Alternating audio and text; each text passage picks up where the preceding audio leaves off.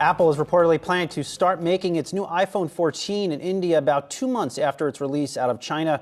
That's in an effort to narrow the tax gap between the two countries. Yahoo Finance tech editor Dan Howley is here with the details. Dan. That's right, Brian. This usually happens some months after we see the release of a new iPhone or after we start to see the initial products be built out in China. But according to this Bloomberg report, they're going to start narrowing that gap, bringing it closer to 2 months after the initial build out in China. And this all goes into Apple's strategy of further diversifying its production capabilities outside of Greater China.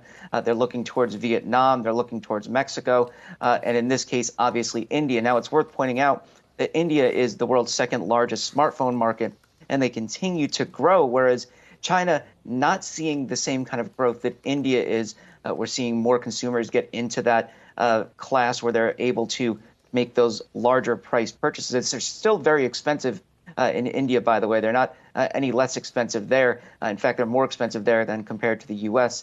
But yeah, this is a very big move.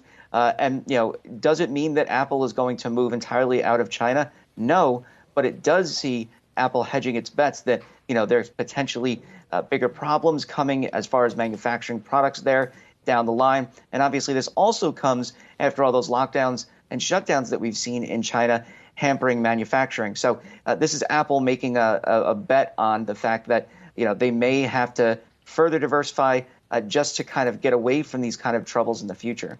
Do we know if this would change any of the other suppliers that they rely on to produce the product? Well, really, they're still going to be relying on Foxconn. They're the ones that are going to be building out in India.